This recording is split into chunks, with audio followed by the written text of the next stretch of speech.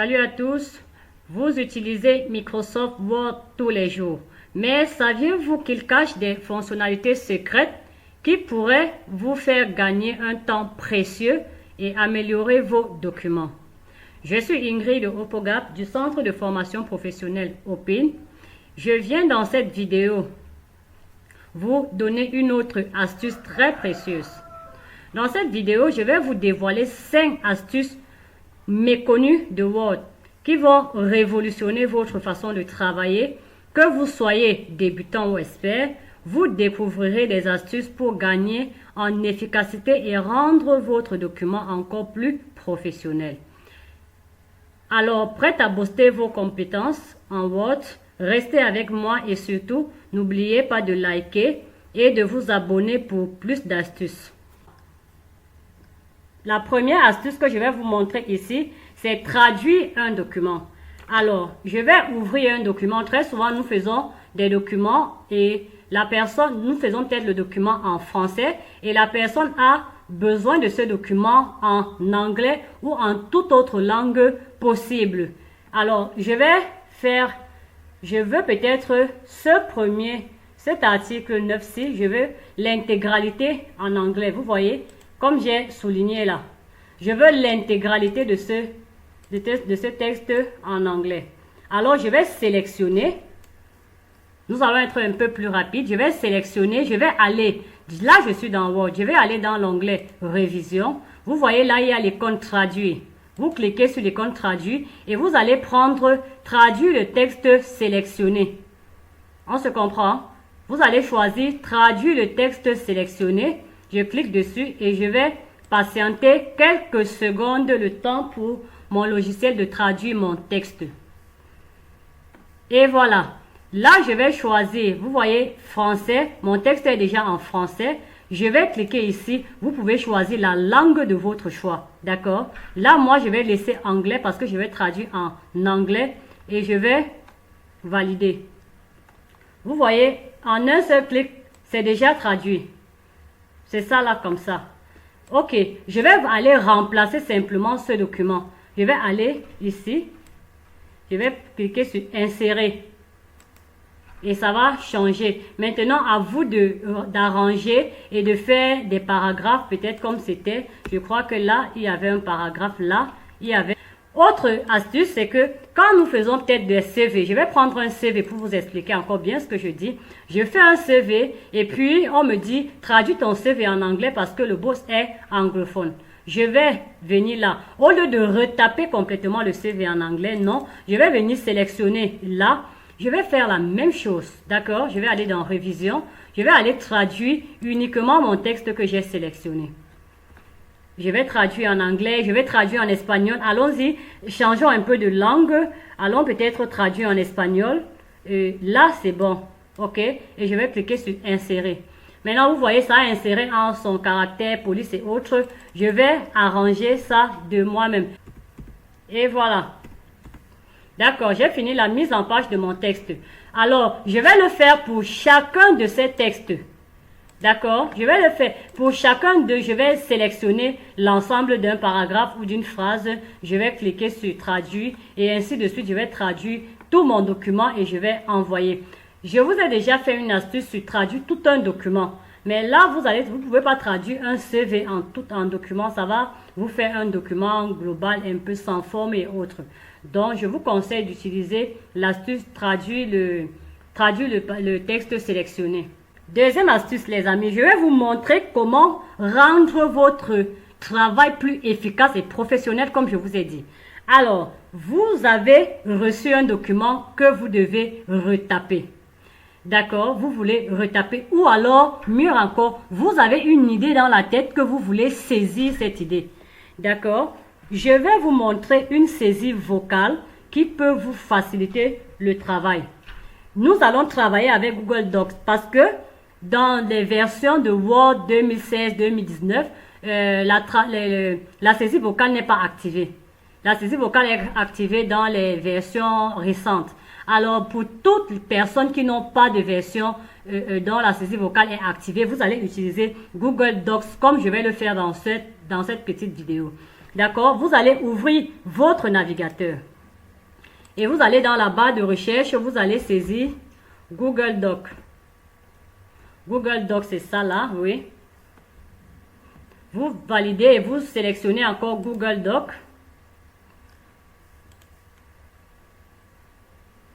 Vous allez ouvrir un document vierge, d'accord? Vous allez ouvrir ce document vierge.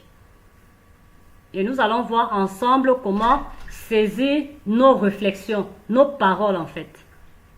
Alors, une fois votre Google Doc a ouvert cette page, vous devez venir dans Outils.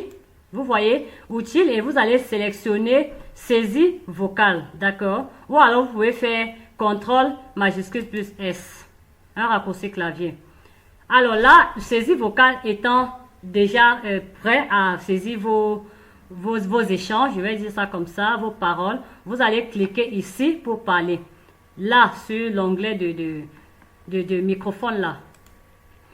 Maintenant, tout ce que vous direz sera saisi. Vous voyez là comme c'est en train de saisir. Alors, je peux vous demander une fois de plus si vous êtes resté jusqu'ici. Ça veut dire que cette vidéo vous a intéressé. Alors, merci de liker, s'il vous plaît. Donnez-nous ce pouce bleu qui nous fortifie énormément. Merci beaucoup pour tous ceux qui l'ont fait actuellement. Merci également de vous être abonné à notre page. Merci infiniment. Si vous n'avez pas encore fait cet abonnement, s'il vous plaît, abonnez-vous et vous ne serez pas déçus sur cette chaîne. Merci. Vous voyez que tout ce que je suis en train de dire reste saisi.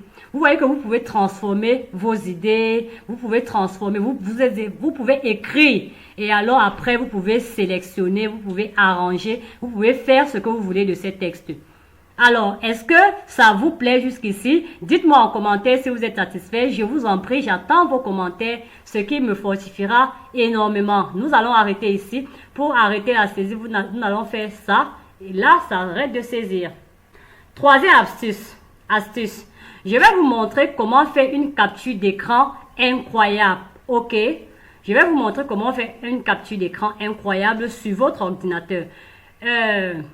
Je vais dire ceci. Vous voulez faire une capture d'écran, il y a souvent des raccourcis clavier qui ne fonctionnent pas. Il y a souvent des choses que vous ne vouliez pas parce que faire un raccourci clavier, ça va prendre entièrement le clavier. Non, pourtant, c'est pas ce que nous voulons. Nous voulons peut-être sélectionner juste une partie de notre clavier. Je vais ouvrir encore un autre document pour vous dire que, ok, on va juste sélectionner une partie de ce que nous voulons capturer. D'accord? Je vais aller dans Recherche. Je vais écrire capture. Capture, vous voyez, capture clavier. Si vous utilisez ça beaucoup, vous allez faire un clic droit que vous allez épingler sur votre barre de tâches. Comme là, pour moi, c'est déjà épinglé, donc je vais juste cliquer là pour l'utiliser. Voilà, ça va me demander de faire un nouveau capture. Je vais cliquer là.